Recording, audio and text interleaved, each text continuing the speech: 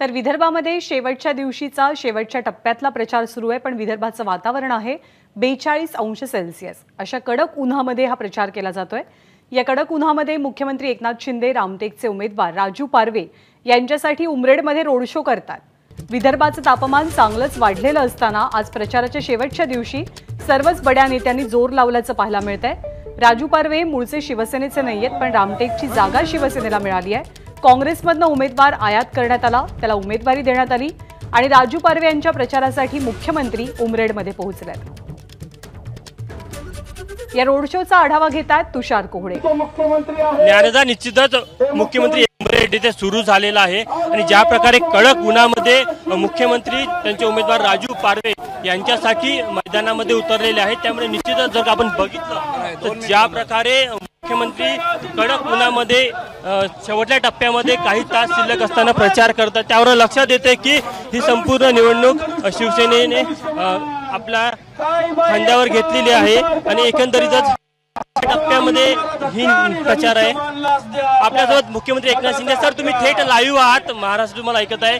शेवटच्या टप्प्यामध्ये तुम्ही तुमच्या उमेदवारासाठी 42°C तापमानामध्ये भर उन्हामध्ये प्रचार करत आहात। कार्यकर्त्यांमध्ये मोठा उत्साह आहे, महायुतीमध्ये उत्साह आहे आणि त्यामुळे भर उन्हामध्ये आज या ठिकाणी हजारोंच्या संख्येने रोड शो मध्ये कार्यकर्ते सामील झाले आणि राजू पारवे यांना विजयी करण्यासाठी सगळे आज रस्त्यावर आलेत। या मतदारसंघामध्ये रामटेक मतदारसंघ ऐतिहासिक मतदारसंघ आहे, यामध्ये प्रभू रामचंद्राच्या पदस्पर्शाने पावन झालेली भूमी आहे आणि म्हणून प्रभू रामचंद्राचा धनुष्यबाण आज रामनवमी आहे, त्यामुळे उत्साह शिगेला पोचलाय। 19 तारखेला राजू पारवे यांना प्रचंड मतांनी हे मतदार विजयी करतील, दिल्लीला पाठवतील आणि आदरणीय प्रधानमंत्री नरेंद्र मोदीजींचे हात बळकट करतील आणि म्हणून आज हा रोड शो मध्ये आपण पाहताय हजारो लोक, बघा समोर बघा चित्र जे आहे, हे चित्र अतिशय भव्य दिव्य असं चित्र। हजारो कार्यकर्ते भर 42° तापमानात रस्त्यावर उतरलेत, याचा अर्थ त्यांनी निर्धार केलाय, संकल्प केलाय, या राजू पारवेला दिल्लीला पाठवायचं, धनुष्यबाणावर शिक्का मारायचं। विजयाचा धनुष्यबाण ते सिंबॉल तुमच्याकडे विजयाचं प्रतीक आहे, कशा प्रकारे बघता रामटेक मध्ये धनुष्यबाण?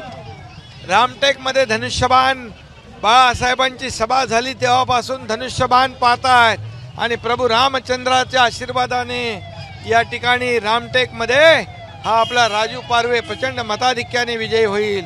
महायुती त्याच्या पाठीशी आहे, खंबीरपणे उभी आहे आणि म्हणून येत्या 10 तारखेला बघा जनता चारी बाजूने उभी आहे, आशीर्वाद देते महायुतीला, राजू पारवेला आणि त्यामुळे 19 तारखेला फक्त धनुष्यबाण धनुष्यबाण धनुष्यबाण। 42°C ही गर्दी आपल्याला पाहायला मिळते इतक्या मोठ्या प्रमाणामध्ये।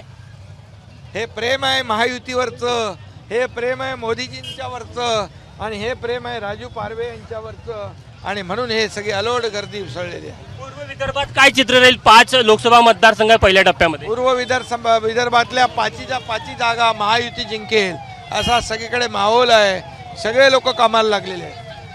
शेवटला प्रश्न साहेब, ज्या प्रकारे तुम्हाला ही गर्दी दिसते त्यावरनं संपूर्ण महाराष्ट्रावर असं चित्र राहील? संपूर्ण महाराष्ट्रामध्ये असंच वातावरण आहे, एक महायुतीचं वातावरण आहे। काम करणाऱ्या लोकांच्या मागे जनता आहे, घरी बसणाऱ्यांना घरी कायमचं बसवणारी महाराष्ट्रातली जनता आहे। महाराष्ट्र एक पुरोगामी सुसंस्कृत राज्य आहे, आपली संस्कृती आहे आणि त्यामुळे लोकांना विकास पाहिजे, काम पाहिजे।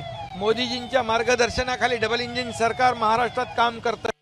महिलांसाठी, शेतकऱ्यांसाठी, कष्टकरी कामगार, ज्येष्ठ आणि युवा या सर्वांच्यासाठी महायुतीने निर्णय घेतलाय, अनेक योजना केल्यात आणि म्हणून येत्या निवडणुकीमध्ये महायुती विजयी होईल। महाराष्ट्रामध्ये भरपूर मोठ्या प्रमाणावर या ठिकाणी महायुतीला विजय मिळेल। डबल इंजिन सरकारचा जो एक फायदा पाहायला मिळतो, लोक यावेळेस पंतप्रधान नरेंद्र मोदी यांच्या पाठीमागे राहील असं वाटतं तुम्हाला? 100%।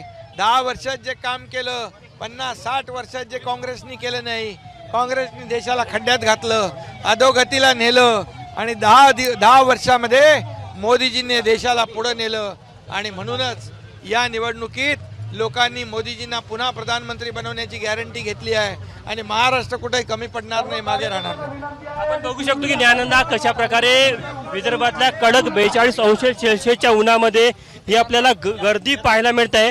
रामटेकचे जे उमेदवार आहे राजू पारवे यांच्यासाठी एकनाथ शिंदे भर उन्हामध्ये दुपारचे आता जवळपास 1 वाजले आहे.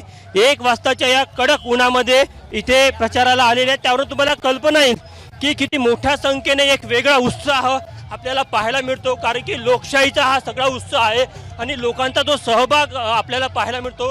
कारण की मुख्यमंत्री स्वतः त्यांच्या शहरामध्ये येणं, भर उन्हामध्ये ते त्यांच्या उमेदवारासाठी प्रचार करणं, यावरनं ते आपल्याला दिसतं की कुठेतरी ज्या प्रकारे नागपूरमध्ये कडक उन्हामध्ये मुख्यमंत्री प्रचारासाठी आले, त्यावरनं एक लोकशाहीचा जो उत्सव म्हणता येईल की सर्वच पक्षामध्ये शिवसेना असो किंवा मध्ये महाविकास आघाडी असो किंवा महायुती असो, सर्वच उमेदवारांसाठी त्यांचे नेते प्रचार करत आहे आणि एक वेगळं चित्र आहे. अवघे काही तास शिल्लक राहिले, साधारण 3 ते 4 तास आता शेवटला प्रचाराला शिल्लक राहिले आहे पहिल्या टप्प्याच्या लोकसभा निवडणुकीच्या प्रचारामध्ये. आणि शेवटच्या टप्प्यामध्ये उमेदवार असेल किंवा त्यांचे नेते असेल, हे आपल्या उमेदवारासाठी पूर्ण ताकद झोकून देताना दिसत आहे.